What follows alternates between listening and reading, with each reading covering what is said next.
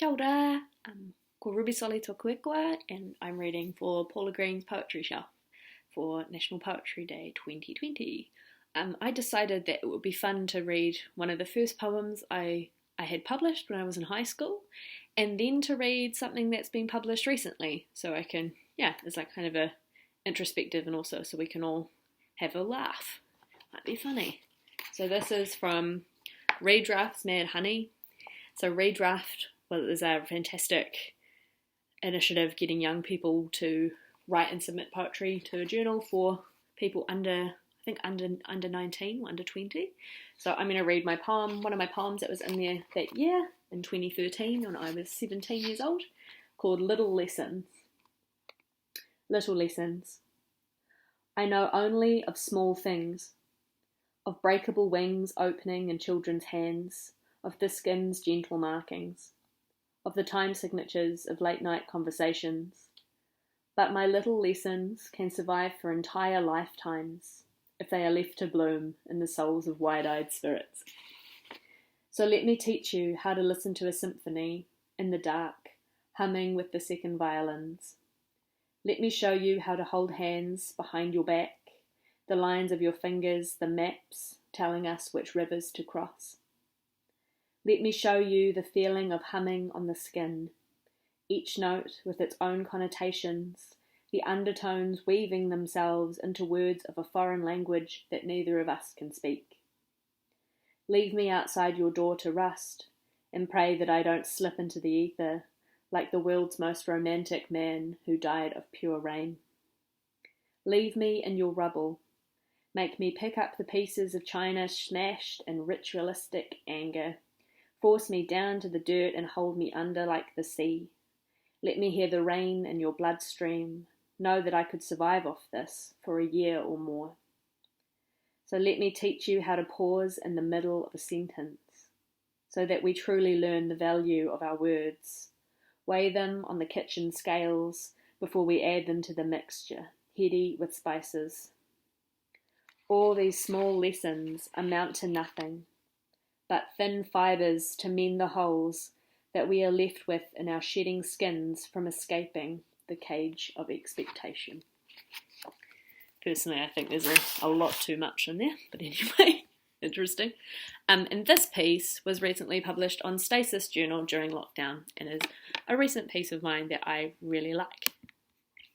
So this is called Subterranean. I saw one of us once, being birthed from the wetlands. When the temperature rises high enough, you see the signs, those mysterious patches of damp, sweet filth and peat, evaporating to gases, spirals on the surface, rainbows of petrol floating, then the slow turn of mud bubbles, subtle rotation building to earthquake movement, the rolling of plant matter, soil and silt. A hand emerges, not black, not white, the colour of a drop of blood falling into milk. Animal sacrifice twice over, hand flexes, cicada wing opening, meconium flaking to red scales, itching to be part of the new creation that is her, glorious and full. This is a normal occurrence. The arms emerge, skin damp, moon-like in its structure, small marks on the surface. From the process of dreaming under the oath of mud, they stretch toward a foreign sun, too far for comfort in the human eye. Slowly, her crown moves out from under the plant life, each hair that auburn black that we all know but do not choose.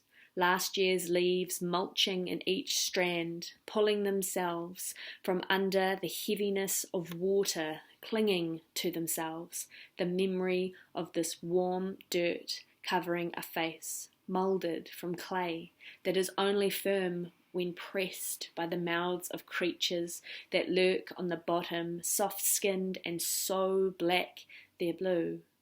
Her mouth rising through film atop the water, a first breath, a pulling in of air and steam rising, her neck now unbreakable, vine of the human condition. Shoulders break, the water and its servants, pulling with it the splinters of broken vessels, for everywhere was once ocean, even this, concentration of the micro, of dirt and motion, through now to the curve of the breasts, waves from below the earth, rising as new lands, stung with colostrum. She is both the child-bearer and infant. Hear the cry inside the skull.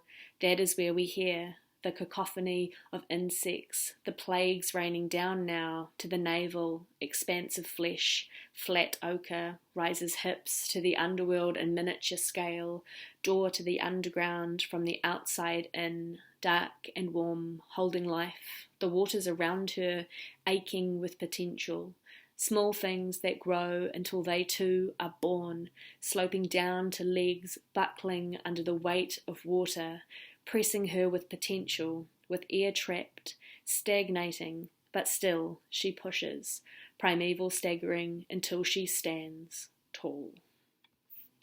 So that was Subterranean, thanks to Stasis Journal. So yeah, I thought it would be interesting, and it's nice too being able to look back at journals like Redraft, who do so much for young people here, and be able to see a kind of a progression through for me. So thanks very much for listening. Have a very happy Poetry Day.